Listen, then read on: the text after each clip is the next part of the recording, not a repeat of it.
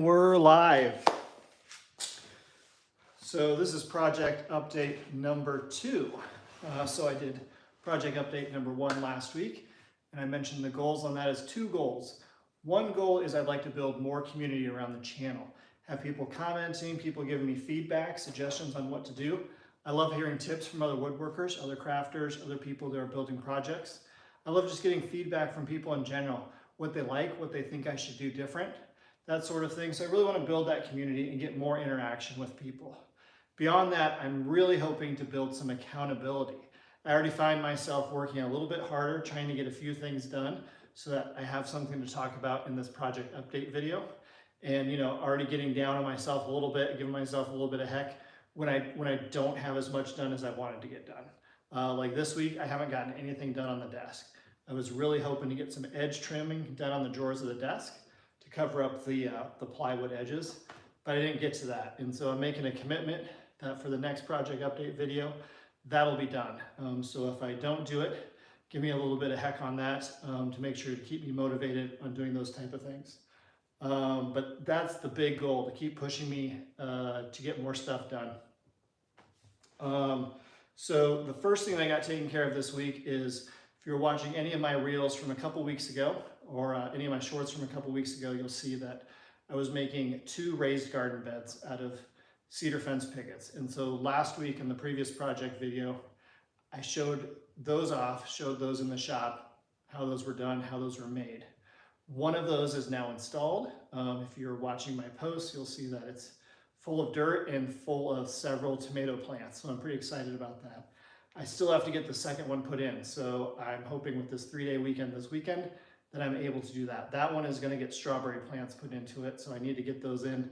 I've had some bare root plants sitting in the basement forever, and those need to get put in the ground. Hopefully get growing this year, and then hopefully we get strawberries next year, because you have to let those grow and build strength over your first growing year. But that's the status update on those garden things. So we had an impromptu project this week. School's wrapping up. Actually, today was the last day of school for my kids, so now they're on summer vacation, which is why it's darker in here, because I'm doing this at night when everyone's in bed. But my daughter had been bugging me. She really wanted to use the laser to make some teacher gifts for her 3 teachers. And so I gave her a few ideas, and she kind of iterated on the Dishwasher Clean Dirty sign that I have. I kind of gave her this idea of a shape, and I was like, go with that. So we had some material. She had wanted to make some earrings for a teacher that was leaving around Christmas time after the first semester was done. And so we had leftovers of that material. Let me pull that out. And that material is designed to look like a chalkboard. And so she had used that material to make some dangly earrings for that teacher. And so I suggested that she could use this material and use the walnut ply that I've been working with and make what looks like a chalkboard. And then she could put the teacher's name in the middle. And so she went with that idea. She used, let's see, Xtools Creative Space, which is their software for the laser. And using those 2 types of materials, she designed up the different layers. And then I worked through cutting those on the laser and gluing those up for her. I wasn't ready for her to start using super glue yet. She's probably old enough, she probably figured it out, but we had a limited amount of material and a limited amount of time. So I went ahead and glued that up for her. But there is a short video out of me assembling those. So I will post a link to that down in the description once this video is complete. And you can check out that short, which is pretty cool. It's a fairly simple laser project. So the laser I have, and I can go over that in more detail down the road, but it's an Xtool P2 laser, which is a CO2 laser. And so CO2 lasers are nice because you can cut things like clear acrylic, like the templates that I sell. And I'll be talking more about those a little bit later.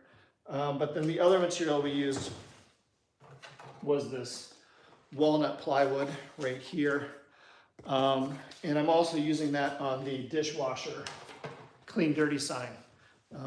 I don't know. I'm used to working with hardwood as a woodworker, and I can do a lot more with hardwood and it looks better, right? Hard, solid wood. This plywood stuff, you don't get a lot to sand through, right? So you can't, it's hard to get a smooth texture because if you're not careful, you're gonna sand through that walnut veneer and you're gonna get down into the real wood. And so I don't know if it's this particular brand of the walnut plywood, but it just looks very porous. And so once I applied some finish to it, it looked fine, but it just didn't look as what I'm used to when I'm doing a hardwood type thing. But that leads me into the clean dirty sign. And so I've wrapped up the first iteration of the small version. And so it works, right? It slides back and forth. We're on the front facing camera, so the words are going to be probably backwards, but we got clean, we got dirty. I ran into one issue with that. So on the back of this, it's covered with tape, but there is 2 magnets there too to attach it to the dishwasher. I cover those up with tape for 2 reasons. One, some stainless steel dishwashers can get scratched by magnets, or at least that's what the rumor is on the internet. And so I don't want to do that. So I put some blue tape on there. The second thing is I super glue those in, but in case they pop out, if there's no tape on that, they're going to stick right to the dishwasher and be hard to pry off. If that blue tape's on there and they pop off, they've got a piece of blue tape in between them. And so I've thought about using some thin felt or some sort of really thin material on the back here, but you can't see it, and blue tape works pretty good and it's pretty cheap, and I have plenty of that around, so I went with that. But here's the problem I ran into. The 2 magnets that I used on the back weren't strong enough, so they do hold it up. They hold it onto the dishwasher just fine. But if there's any sort of resistance, it's not hard for me to slide, but there is just a little bit of resistance, then that resistance transfers to pressure on the magnets and ends up sliding on the dishwasher. And so I need to probably either make one that has 2 magnets that are slightly bigger, but more than likely I may just do 4 magnets in the corners. And I think that's gonna translate specifically, especially the 4 ones. So we got the larger prototype here. This one definitely slides a lot easier, but it's got a larger back. It's gonna have more material, so it's heavier. And so I think I definitely need to put magnets in each one of those corners. I do have a video filmed up, a short video filmed up of how I made this one. I have not decided yet if I'm gonna make these to sell. I've thought about it, but I'm a perfectionist, so I wanna get it perfect. And I think, at least from this standpoint, from stuff that I make for myself, it's not a big deal, but when I'm putting something out there in the world that someone's buying and spending their hard-earned money on, I want to make sure it's right, and I also want to make sure they're not emailing me going, hey, this fell apart, or this isn't staying on my dishwasher, or whatnot. So I want to make it good. And so there's 2 issues. One is the magnets. The other is gluing the layers up together is a bit complicated. You got to get everything lined up right. It can be a bit messy with the super glue. I'm trying to find a better way of doing that. I've thought about, putting screws, not really screws, but those, I can't think of what they're called now, but they're like studs that go through that can hold the things together, one in each corner, but then I need to widen the frame. And so if you have any suggestions on that, drop those down in the comments. There's also a lot of versions of these types of things out on Etsy, so it's a saturated market. I don't know if it's worth me trying to put that into the market. Either way, I think I will put the cut files up someplace, either for sale or for free. I haven't decided yet, so if anyone wants, they can have access to those cut files. So if you're interested in that, jump down in the comments below as well. So like that, those are the 2 things that I accomplished this week, was that teacher's gift idea thing that my daughter made, and then getting this clean dirty sign finished up, the small version. So we still have the large version here, and I'm trying to make a full video on that with narration on how to make it. But like I said, if I pull up the back of that one, we just got 2 holes. So I think I need to recut this with 4 holes on it and probably make these holes slightly bigger so they can hold the bigger size magnet. And then that's got to get finished and glued together. Make a video on that, which takes time to do, but that's kind of one of the next things. Let's see, check my notes here. Okay, so now those are the project updates. Now I want to talk about the templates a little bit. So I'm always touting these templates. So these are 1/4-inch acrylic templates, and these are designed to make wooden jack-o'-lantern faces. So a lot of people use a laser, typically a CNC though, to cut out these wooden jack-o'-lanterns like this, right? That they sell. You put a candle under these at Halloween and the face lights up. And you know, you can sell these for $10, $15, $20 a piece, or you know, people sell sets of 3 as well. But these are made from cedar fence pickets. And so I wanted people to be able to make these who didn't have a CNC, and so I started making these router templates. And so these router templates, I make these on the laser, and they're made from 1/4 inch clear acrylic. And so they have a variety of faces in it. I sell them in 3 packs, and so this is the Ghouls pack. This is what I just released about a month ago. I've got the traditional jack-o'-lanterns pack, which you know, has the traditional jack-o'-lantern face on it, and then I've got a Monsters pack, which has Frankie on there, and a ghost, and another face on there. But I wanted to kind of explain how these work, right? Because you don't need a lot of tools, but you need a router to do this, a hand router. So let me grab mine, which is right here. I've got the DeWalt plunge router, not battery. This one plugs in. And what comes in handy on this is the plunge base. So you can plunge down, so you tape these onto your fence picket, and then you can plunge down on. But what you need to have as well is what's called a guide bushing. And so, let me get this cord out of my way. The guide bushing screws in right here to the plunge base. And so what that allows to happen is the router bit rides in the middle of that, and then let me grab a template here. It makes it impossible or unlikely for the router bit to hit the side of the template, right?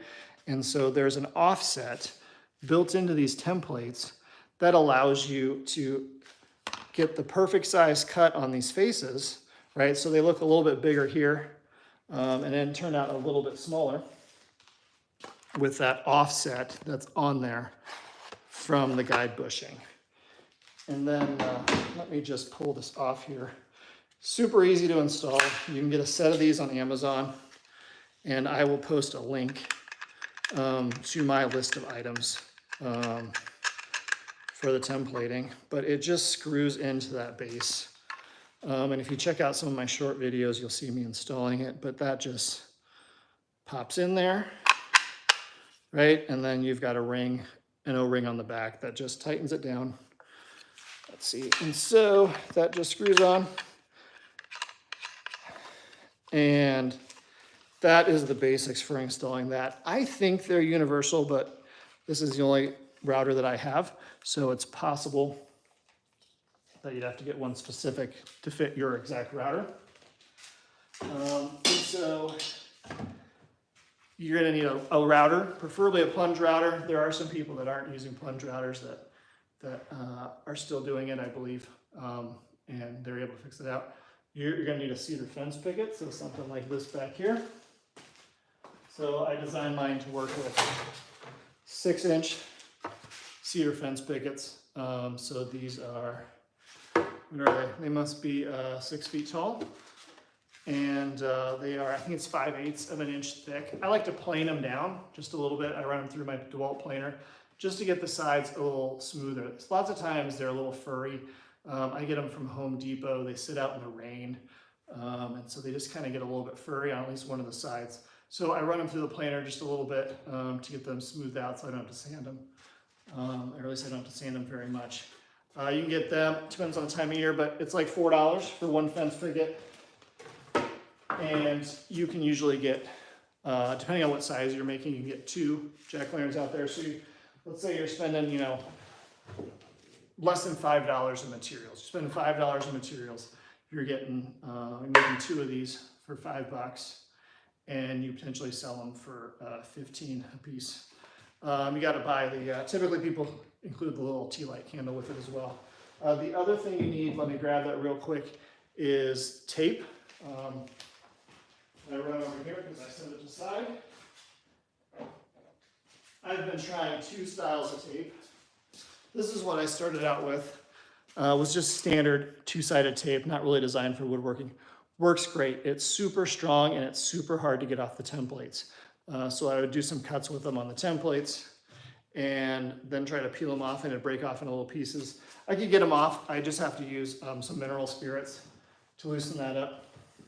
And it was fine. So I started using this kind, which I will post. Like I said, I'll post a link to my tool list, which has a templating section in it, which has a link to this tape. But it's by Fasten, and it's not as strong as that other stuff that I just showed, but it works and it comes off in one piece. So when you try to take it back off the template, back off the piece of wood, it comes off in one piece. And so it seems to be working fairly well for me. So like I said, I will have links down below for that. Let's see. That is most of what's happening in the shop overall. So things are going well on YouTube. Like I said, I don't have a ton of followers on YouTube, but I appreciate all the ones I have. We're up to 1,563 subscribers now, which is awesome. I'm hoping to get more videos out there, and I've got several projects in mind. I have to see how that affects my schedule now that the kids are out of school and I've got kids around all day long. And so it gets a little bit more complicated to get out in the shop for, you know, extended period of time and get some quiet time for filming and doing shop work, but I'm hoping to get more videos out there. And like I said, I need to get work on this desk and I'd like to have it finished up by summer. A couple more things to do on it, which I mentioned last time. Once I need to do the edge banding on those drawers. I've got one drawer that just doesn't close all the way. I think maybe I'm being a little too picky on it, but if I can sort that out, that would be great. I need to install the electronic RFID lock that I have on there, so and it's beeping at me.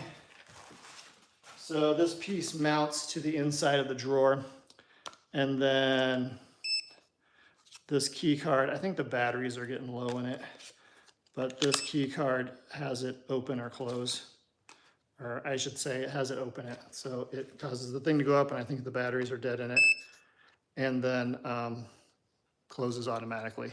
So I need to get that installed, and I gotta cut out the little notch for that, for the plate to go into with the lock.